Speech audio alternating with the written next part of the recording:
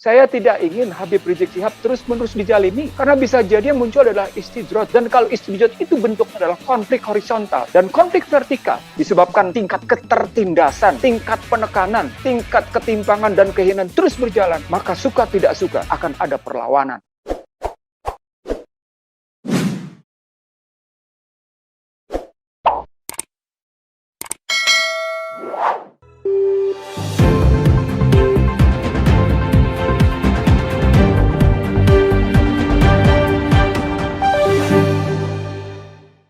Terima kasih, Ustaz Haikal. Assalamualaikum warahmatullahi wabarakatuh. Bismillahirrahmanirrahim. Sebelum hijrah, situasi perekonomian di bawah Bani Quraisy, Bani Hashim adalah situasi perekonomian yang bukan cuma sekedar menindas, tapi juga situasi perekonomian yang tidak adil, situasi perekonomian yang penuh dengan kental dengan perbudakan, situasi perekonomian yang sungguh-sungguh didasarkan atas kekuatan politik, kekuatan modal, kekuatan politik, menjadi sangat menentukan dalam perekonomian yang melahirkan ketimpangan amat sangat luar biasa. Dalam sejarah bagaimana Rasulullah di Mekah, nampak sekali Siti Khadijah sebagai tokoh utama, sebagai salah satu tokoh utama Quraisy, begitu banyak mengorbankan hartanya, dan itu disebabkan oleh suatu situasi perekonomian yang makin mempersempit, makin mempersulit. Tadi sudah disebut bagaimana perjanjian tadi dibuat. Perjanjian itu bukan cuma sekedar perjanjian berbaju legitimate, artinya seolah-olah dipercaya, seolah-olah diterima, tapi berbaju legal. Jadi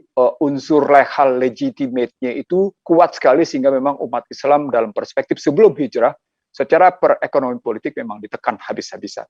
Daya tahan harus dibangun, dan daya tahan harus dibangun itulah Allah kemudian memerintahkan kepada Muhammad Rasulullah beserta para pengikutnya untuk hijrah.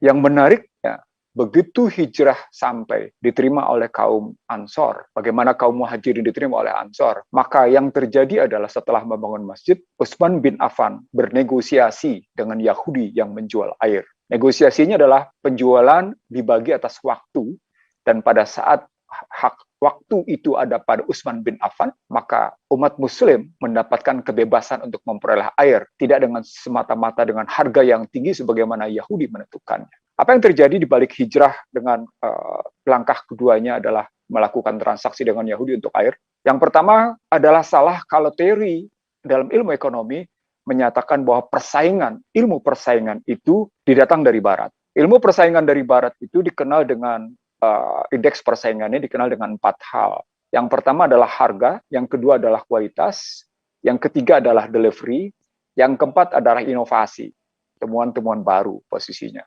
Anda bayangkan, Utsman bin Affan ketika hak menjualnya tiba, maka harganya adalah gratis bagi umat muslim. Artinya harganya dipukul habis oleh Utsman bin Affan. Yang kedua, dari segi kualitas. Kualitasnya tidak lebih buruk, bahkan menjadi lebih baik karena umat muslim betul-betul menjaga kebersihan air dalam rangka untuk wudhu dan untuk juga kemudian kepentingan lain-lain. Yang ketiga dalam delivery. Delivery karena muslim mengambil sendiri, maka boleh dibilang delivery-nya on time. Karena setiap mereka yang membutuhkan atas air, posisinya, itu silakan ambil langsung. Delivery-nya sudah langsung on time. Yang menarik adalah inovasi atau sikap pembaruan. Inovasi yang terjadi adalah bagaimana berbagi waktu atas sistem penjualan. Maka Rasulullah bertanya, ya Utsman bin Affan, bagaimana engkau memperoleh air ini? Utsman bin Affan menjawab, ini adalah hasil perjanjian kami, Utsman bin Affan, dengan Yahudi atas dasar tadi, membagi waktu dengan harga tertentu. Karena pada saat si Yahudi tadi menjual, peminat tidak ada disebabkan oleh seluruh kebutuhan air terpenuhi saat Utsman bin Affan berhak untuk membaginya, maka makin hari makin tidak ada peminat atas air itu. Itu membuktikan bahwa sesungguhnya teori persaingan yang dibangun oleh Utsman bin Affan adalah ilmu persaingan awal, bukan persaingan yang dibangun oleh Barat. Bahkan lebih dalam dari itu, di belakang persaingan yang dibangun oleh Utsman bin Affan itu. Ada 3 hal yang paling penting dalam kajian saya. Yang pertama adalah sikap kejujuran. Dalam konstruksi penjualan Yahudi tadi, kita tidak menemukan kejujuran tadi. Dalam konstruksi teori persaingan sekarang, kita juga tidak menemukan kejujuran. Yang kedua yang kita temukan dalam perjanjian Utsman bin Affan dengan si Yahudi tadi tentang air, termasuk yang namanya bagaimana mendeliverinya kepada umat muslim di Madinah. Hapusnya keserakahan. Dan ternyata sekarang kalau kita lihat indeks persaingan hari ini, ketidakjujuran tetap ada, keserakahan tetap tinggi. Yang paling menarik adalah, selain 3 hal tadi, hapusnya persepsi tentang uang disebabkan oleh gratis memperoleh air.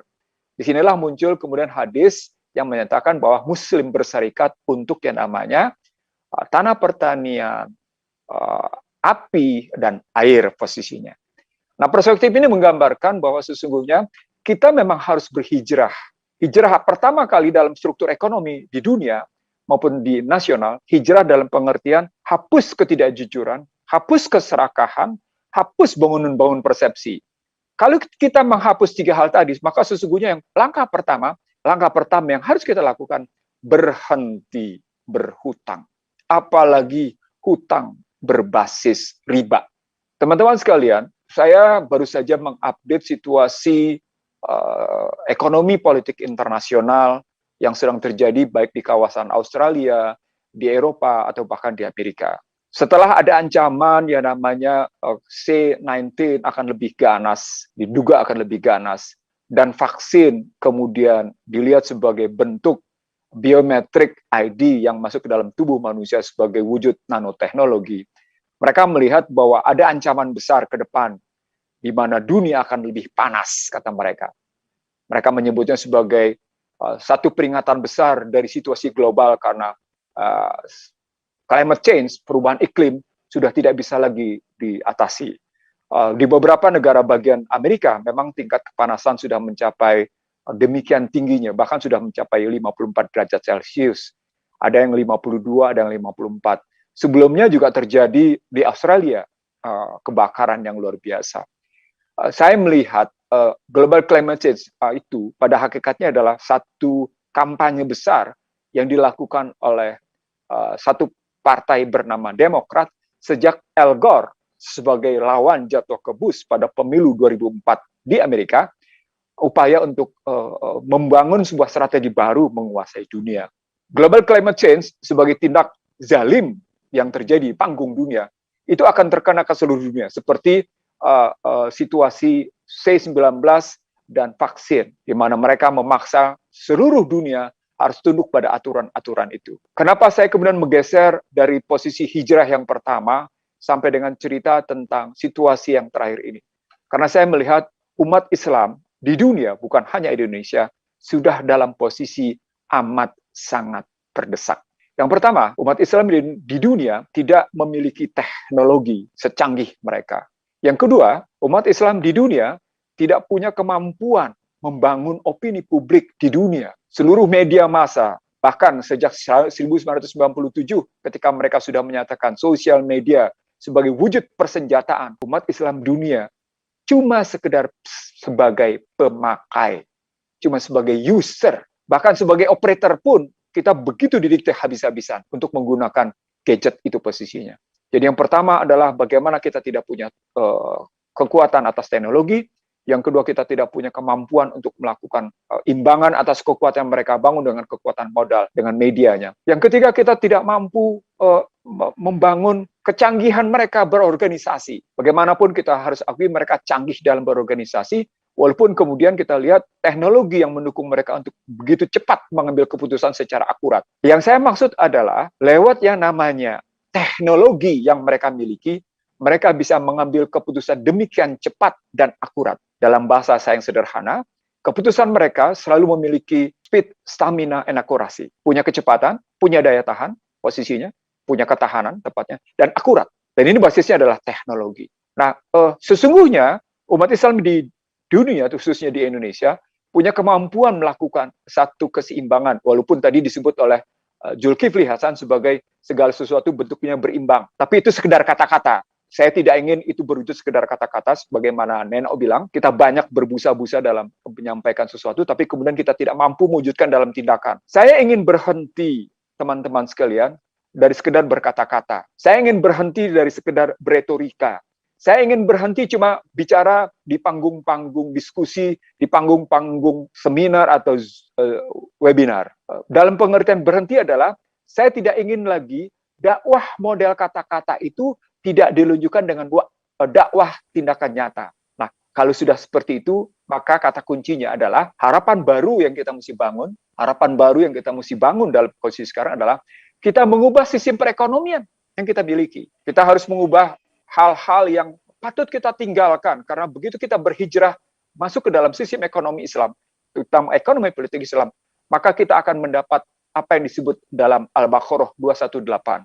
Hai orang-orang beriman, berhijrahlah kamu dan berjihadlah kamu. Maka kamu akan mendapatkan tanah di bumi ini sedemikian luasnya daripada tanah hijrah, daripada tanah yang kamu tinggalkan, dan kamu akan mendapatkan ampunan. Saya kira ini salah satu gambaran betapa sesungguhnya orang diminta untuk meninggalkan satu sistem yang zalim. Ekonomi Islam memberikan harapan. 1 Muharram 1443, jika diterapkan dalam perspektif ekonomi Islam, itu berarti perintah untuk mengatasi yang namanya kehinaan. Perintah untuk mengatasi ketertindasan. Karena bagaimanapun tidak peduli siapapun yang namanya masyarakat Islam dunia, secara ekonomi politik sesungguhnya dalam posisi tertindas. Yang kedua, dia harus mengatasi, dia harus membebaskan kebodohan, harus memunculkan yang namanya mengatasi kemiskinan, bebas dari kemiskinan. Lalu yang keempat adalah dari ketimpangan. Yang kelima adalah kehinaan. Jadi, permintaan atau anjuran Allah untuk berhijrah dan kemudian berjihad di jalannya. Kalau kalimat 218 Al-Baqarah jelas sekali kalimatnya, berhijrah dan berjihad.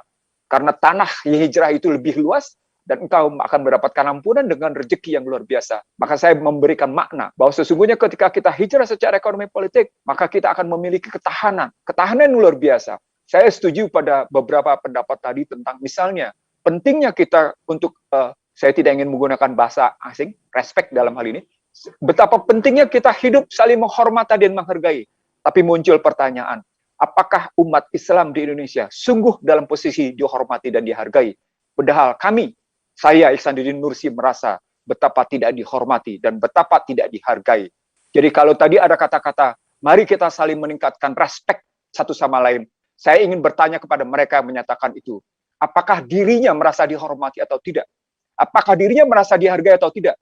Kalau sementara posisi dirinya sesungguhnya tersandera. Saya tidak ingin umat Islam di dunia.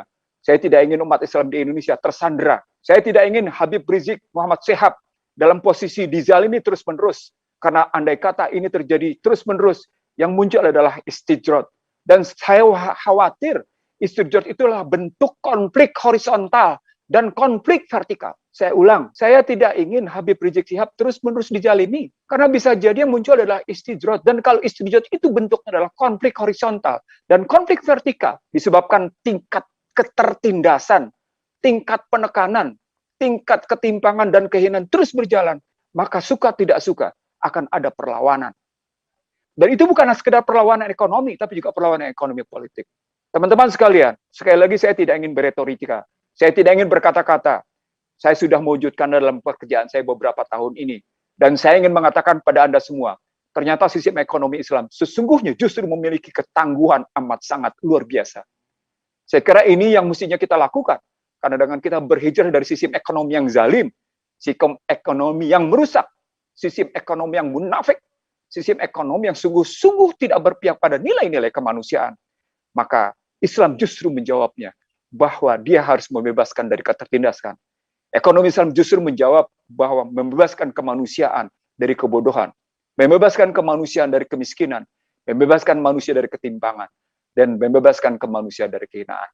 Wabillahi taufiq wal hidayah. Assalamualaikum warahmatullahi wabarakatuh. Sekali lagi buat mereka yang masih mengikuti acara ini. Di penutup Ramadan 1442 kemarin, saya menyampaikan mestinya Idul Fitri ini disahuti atau direspon oleh pemerintah sebagai langkah memperbaiki basis saum Ramadan. Basis saum Ramadan adalah kejujuran. Orang tidak bisa saum kalau dia tidak jujur. Tidak bisa disebut saum, tidak bisa disebut puasa. Dan tidak ada kejujuran jika kita selalu bermain-main dengan manipulasi. Kita bermain-main dengan kata-kata yang berbeda dengan tindakan. Kita selalu bermain dengan kata-kata yang selalu kemudian berpikir tentang mempertahankan kuasa, yang selalu berpikir tentang bagaimana membangun rasionalisasi atas kebijakan, selalu membangun legitimasi atas kebijakan, tanpa kita lihat bahwa sesungguhnya kekuatan legitimasi dan legalitas itu sesungguhnya berbasis kopong, kekosongan, tidak ada isi. Dia ibarat gelembung-gelembung kekuasaan yang hanya diisi dengan kesemuan. Saya Tulisan saya kebetulan viral, terima kasih saat itu. Karena saya menyebut inilah momentum Idul Fitri yang harus disahuti oleh pemerintah sebagai upaya untuk memperbaiki hubungan kepercayaan satu sama lain. Itu sebelum 1 Muharram 1443 ini saya mengundang, saya mengajak semua komponen bangsa untuk mendayagunakan output dari Ramadan 1442 dan 1 Syawal 1442.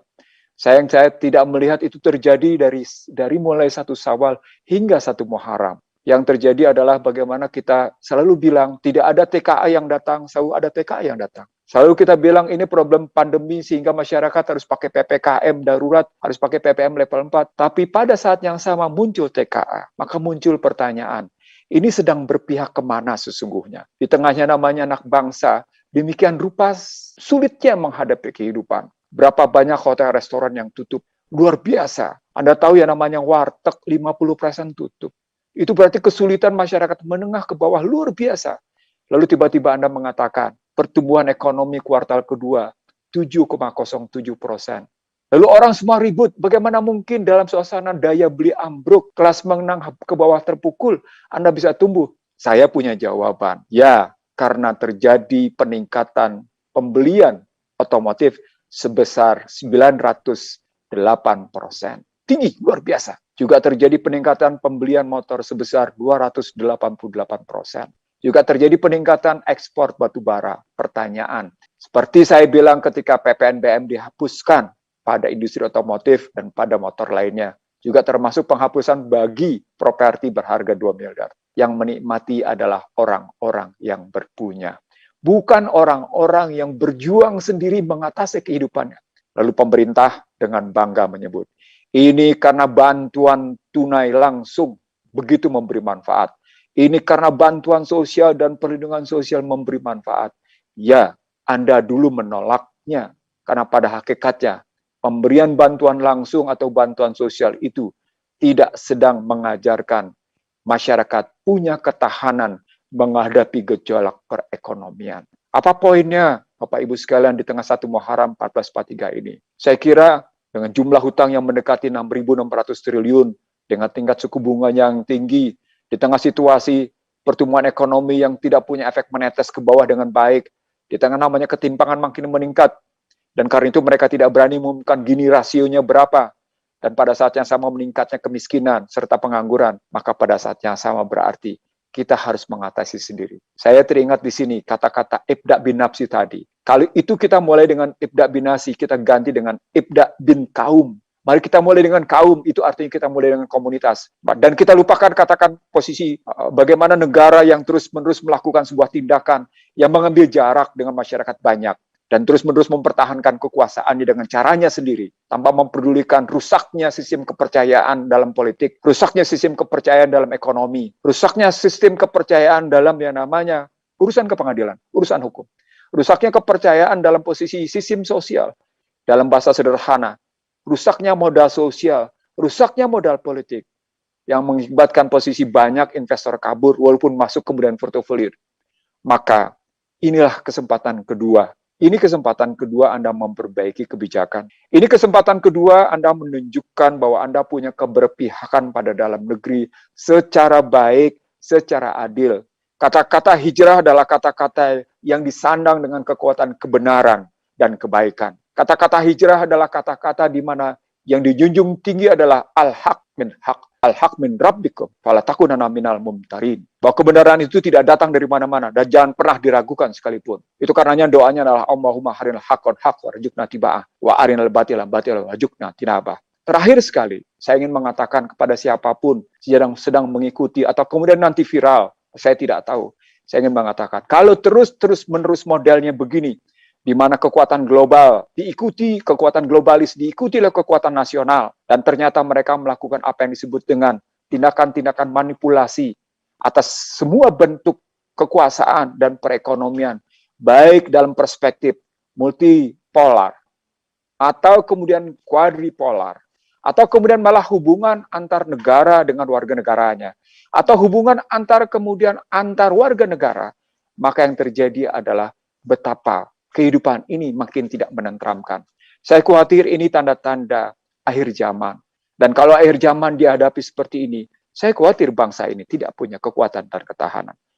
Benar adalah karena kehendak Allah, dan kalau salah, sesungguhnya saya yang bertanggung jawab. Subhanakallahumma wa bihamdika, asyhadu an la ilaha illa anta, astaghfiruka wa atubu ilaik. Assalamualaikum warahmatullahi wabarakatuh.